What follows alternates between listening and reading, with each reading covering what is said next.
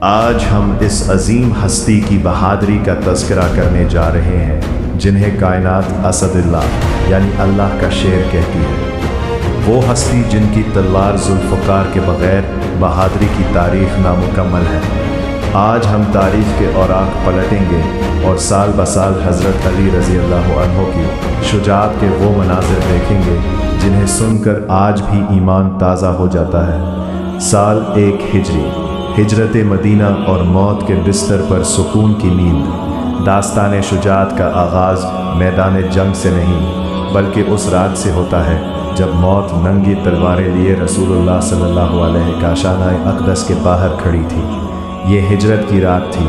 کفار مکہ نے طے کر لیا تھا کہ آج نعوذ باللہ نبی کریم صلی اللہ علیہ وسلم کو شہید کر دیا جائے گا۔ ایسے میں اللہ کے رسول صلی اللہ علیہ وسلم نے علی کو بلایا اور فرمایا، علی آج میرے بستر پر میری سبز چادر اوڑھ کر سو جا اور صبح لوگوں کی امانتیں واپس کر کے مدینہ آ جانا۔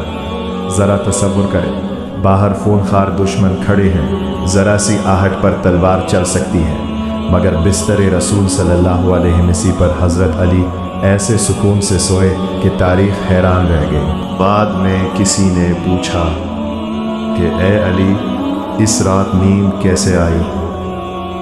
تو آپ نے مسکرا کر فرمایا، زندگی میں سب سے پرسکون نیند اسی رات آئی، کیونکہ مجھے یقین تھا کہ رسول اللہ صلی اللہ علیہ وسلم نے صبح امانتیں لوٹانے کا کہا ہے، تو موت آج رات آ ہی نہیں سکتی۔ بہادری کی یہ وہ قسم ہے جہاں انسان موت کی آنکھوں میں آنکھیں ڈال کر مسکراتا ہے۔ سال 2 ہجری، غزوہ بدر اور ذوالفقار کا قہر۔ مدینہ ہجرت کے بعد حق و باطل کا پہلا باقاعدہ معرکہ میدان بدر میں سجا۔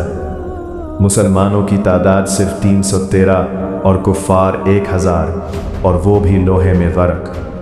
عرب کے رواج کے مطابق جنگ کے آغاز میں کفار کی طرف سے 3 بڑے سردار عتبہ، شیبہ اور ولید بن عتبہ غرور میں بھرے ہوئے نکلے اور للکارا۔ نبی کریم صلی اللہ علیہ وسلم کے حکم پر مسلمانوں کی طرف سے حضرت حمزہ، حضرت عبیدہ اور حضرت علی میدان میں آئے۔ حضرت علی کی عمر اس وقت 20 سال کے لگ بھگ تھی اور آپ کے سامنے قریش کا مشہور جنگجو ولید تھا۔ مقابلہ شروع ہوا۔ چشم فلک نے دیکھا کہ شیر خدا نے اپنی تلوار کا ایسا بھرپور اور ہیبت ناک وار کیا کہ ولید کا غرور خاک میں مل گیا اور وہ وہیں ڈھیر ہو گیا۔ بدر کے میدان میں آدھے سے زیادہ کفار اکیلے حضرت علی کی تلوار سے واصل جہنم ہوئے۔ سال 3 ہجری، غزوہ احد اور لا فتح الا علی۔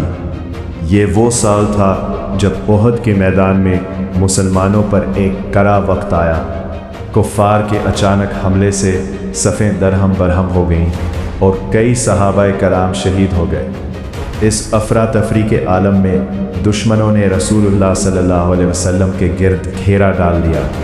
اس نازک ترین موڑ پر حضرت علی المرتضیٰ ایک چٹان کی طرح حضور صلی اللہ علیہ وسلم کے سامنے کھڑے ہو گئے۔ جو بھی کافر نبی کریم صلی اللہ علیہ وسلم کی طرف بڑھتا، شیر خدا کی تلوار اس کے 2 ٹکڑے کر دیتی۔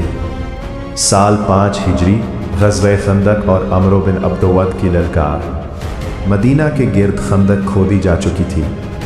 عرب کا سب سے خوفناک جنگجو عمرو بن عبدود اپنے گھوڑے کو ایڑ لگا کر خندق پار کر کے مسلمانوں کے سامنے آ کھڑا ہوا۔